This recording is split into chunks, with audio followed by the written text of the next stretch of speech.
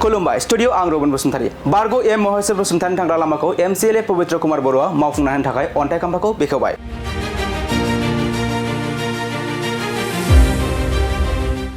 दिनै 30 नं गरेश्वर बियाबनि बेन्दोंआव थानाय खारुफारा गामिनिफ्राय देवलखुसिसिम थांग्रा लामाखौ दिनै बिटिआरनि गाहाय मावफुं सोद्रोमा प्रमद बर' सरकारनि समाव सिएम's गुडविल मिशननि बिथांखिनि गेजेरजों लुफुंनो थाखाय अन्थाइ खाम्फाखौ बेखेवनानै होबाय 30 नं गरेश्वर बियाबनि एमसिएलए पबित्र कुमार बर' बिथाङा।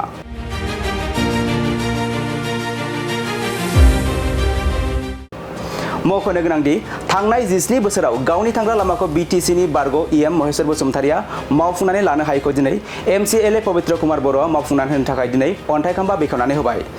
दिनैनि बे अन्थाइ खाम्फाखौ बेखेवनाय हाबाफारियाव 30 नं गरेश्वर बियाबनि एमसिएलए पबित्र कुमार बर'जों लोगोसे गरेश्वर ब्लक इउपिपिएलनि आफादगिरि देबजित ब्रह्म, तामुलपुर जिल्ला इउपिपिएलनि लेङाइ आफादगिरि बिपुल कुमार बसुमतारी, तामुलपुर जिल्ला इउपिपिएलनि आखान्थि नेहाथारि बानेश्वर नार्जारी, गरेश्वर ब्लक इउपिपिएलनि नेहाथारि कामिनीकान्त बसुमतारीजों लोगोसे गोबां रायजो राजानि नुजाथिनायाव जानानै थाङो। खुलुमबाय। दिनै जोंनि बिटिआर सरकारनिफ्राय गुडविल मिशननि दारै कावरुपारानिफ्राय देवलकुसि थांनाय जिथु गाहाय लामा रन्थचकसिम बे लामाखौ जोङो गुडविल मिशननि दारै लुफुंनायनि मावफुंनायनि थाखाय जागायजानाय हाबाफारि बे हाबाफारिखौ जों लानाय जादों। बे हाबाफारियाव नुजाफैदों जोंनि ब्लक कमिटिनिनो गाहाय आफादगिरि मानगोनां देबजित ब्रह्म बिथां आरो जिल्ला आफादनि मानव गेदेर आखान्थि नेहाथारि बानेश्वर नार्जारी बिथां आरो लोगोसे जोंनि आखान्थि नेहाथारि मानगोनां कामिनीकान्त बसुमतारी बिथां आरो बे हाबाफारियाव दोलोनि बायदि आयदायाव बिबान थानाय दैदेनगिरिफोर दङ। प्राइमारिया सहयोग खालामदों आरो बिसिडिसिआबो सहयोग खालामदों आरो ओनसोलनि आइ आफा बिदा फंबाय बिथांमोनाबो लैहोर लैहोर फैनानै मदद आरो हेफाजाब होदों। दा बेवहाय नैबे गामिया जोंनि माने एक्स इएम वाटार रिसर्सनि सासे इएम देवलकुसि बिथांनि न'आ बिथांनिनो थांलाय फैलाय खालामग्रा गाहाय लामा। बे लामाखौ बियो गिबियाव बानायदोंमोन। बिनि उनाव सेकेन्ड टाइम बियो माने इएम जाफिननायाव बायलांबाय जिहेतु बेखौ बानायनायनि दायित्व दंमोन खिन्थु बिथाङा लुफुंनो हायाखै, बेखौ बानायनो हायाखै। खिन्थु आङो दिनै जिहेतु मानव गेदेर प्रमद सार बिथांनि नाजानायजों अनसायनायजों जोंनि गरेश्वर समस्तियाव देग्लाय एबाराव 5 बोसोरनि गेजेराव आं दा सारिथा बोसोराव माने 46था लामा बानायबाय। बे लामानि गेजेराव 6 kilometre, 5 kilometre, 4 kilometre, 2 kilometre, 1200 metre, 1 kilometre बेबादि रोखोमनि जोङो 46था लामा जाबाय। दा बेवहाय आङो मोनसे बाथ्राखौ बुंनो नागिरदों, गासै जोंनि रेभिनिउ भिलेजआ 52था। दा बेनि गेजेराव दङ 401 सुबुरि। दा अनेक लामा आरो नांबावगौ, माथ्र जोङो 46था लामा बानायदों। थेवब्लाबो जिहेतु सासे इएमआ बेयाव दङमोन हिसाबै बिथाङाबो बानायनांगौ दङमोन। दा जिखिनि बिथाङा मन्त्रि पदबि हिसाबै बानायनाय जिथु दायित्वमोन बिसिनिखौ जों नुफुङाखै थांनाय लेभेलाव आरोखि। बे दलं गंसे बानायदोंमोन बिथाङा माने पथिमारि दलं घाट होननाय सकआव। बे दलंखौबो बिथाङा 8 कौटिनि पेकेजनि फान्डनिमोन। 6 सनावनो उद्बोधन खालामदोंमोन खिन्थु बिथाङा दलंखौबो लुफुंदिया, आदुरा खालामबाय।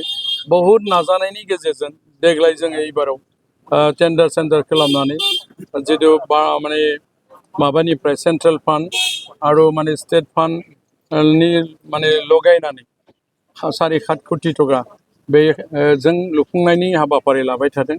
दा बे जाफुंनायनि लामायाव दा बिथाङा बेबादि माखासे रोखोमनि खामानिफोरनि सायाव बारा इन्टारेस्ट थानायखौ जों नुहुराखै आरो। थांनाय बोसोरफोराव महेश्वर बसुमतारिया जोंखौ दा दिन्थिनो हानाय बादि बिदि दालां बा लामाखौ जों नुवाखै आरोखि। दा जिखिनिया जोङो आंनि एमसिएलएआवनो दोङो हिसाबै आंथ' बोसोराव मात्र 50 लाख थाखाल'सो मोनो। थेवब्लाबो प्रमद सार बिथांनि अनसायनाय इएम बिथांमोननि अनसायनाय बिटिआर सरकारनि जिथु अनसायनायाव जथेस्थ' मदद आरो हेफाजाब मोनदों। मेडिकेल सेक्सनानो जा, पिडब्लिउडि सेक्सनानो जा, हेन्डलुमानो जा, फ्राय माने 25था डिपार्टमेन्टसोनि माने आसनिफोर आं मोननो हादों आरो। मेडिकेलाव जेनेबा 3 कौटिजों 2 महलनि बिल्डिं लुफुंबाय। मार्केटनि आं सासे चेयारमेन हिसाबै मोनसेबो मार्केटआ दिनै माने मोनाखै होनना बुंनो हाया। थारमाने मार्केट सेट हिसाबै आङो बरगुलियाव 37 लाख, जोंनि बर' बाजाराव खमबाबो 20 लाख 22 लाख 24 लाख 15 लाख आरो 5 लाख बेबादि होनानै जायगायाव बानायदों आरो बे 18 लाख थाखा बालाबारियाव 15 लाख थाखा रामपुराव बेबायदिनो हरै माने गबसारानि जिथु माराय गामि बेयाव माने 15 लाखनि माने गुरुबालाथियाव 18 लाखनि बेबायदि मार्केटाव जिखिनि दायित्व दङ रुरेल एरियायाव बेखिनिखौ बानायनाय जादों बेनि अनगायै बेबायदिखौनो नुयो नोंथाङा जेरैबायदि सोंदों जेरैबायदि बेयाव बिथाङा जिखिनि खामायनानै मोनदों बे रांजों जुदि गरेस्वरावनो जुदि नार्सिं हम मोनसे खुलिनानै रायजोफोरनि बेमार नायजानायनिफ्राय टेब्लेट जानायनिफ्राय मदद होनो हागौमोन नङा होमबा दा बेयो इनकाम खालामनाय थाखाखौ राङापारायाव बागान बानायनानै जुदि दोनहैदोबा माने टि गार्डेन बानायहैदों बेयावथ' जोंहा जोंनि गरेस्वरनि रायजोनि जेबो लाब जाया नङा होमबा दा बेनिखायनो जुदि बेहा दिनैनि थारिखआव जुदि खेमथा दोङोबा गरेस्वरावनो गंसे नार्सिं हम खुलिनानै रायजोफोरखौ सिबिनो थाखाय आं गुरै खावलायदों बे माने राङापारायाव जोंहा खुनु बेनिफिट गैया जोंनि रायजोनि गरेस्वर रायजोनिफ्राय आरो दा बेबायदि इनकाम खालामनायनि खेथ्रआव बेहा गावनि फारसे बेसि इन्टारेस्ट बर' बाजाराव बाजारा गैयामोन खिन्थु आङो दिनै बाजारखौ खालामनानै पार्मानेन्ट खालामनायनि लामायाव थांबाय थादों एसे बर' बाजार एरिया डेभेलप जानाय बायदि लेभेलाव जों नुनो मोनो आरो जेरैबायदि स्कुलाव मानव गेदेर कामिनिकान्त बसुमतारी बिथाङा बिथांनि दैदेननायजोंनो 1 कौटिनि क्लासरुम लुफुंबाय कामिनिकान्त बसुमतारी बिथांनि दारैनो स्टेडियाम गंसे लुनो थांबाय थादों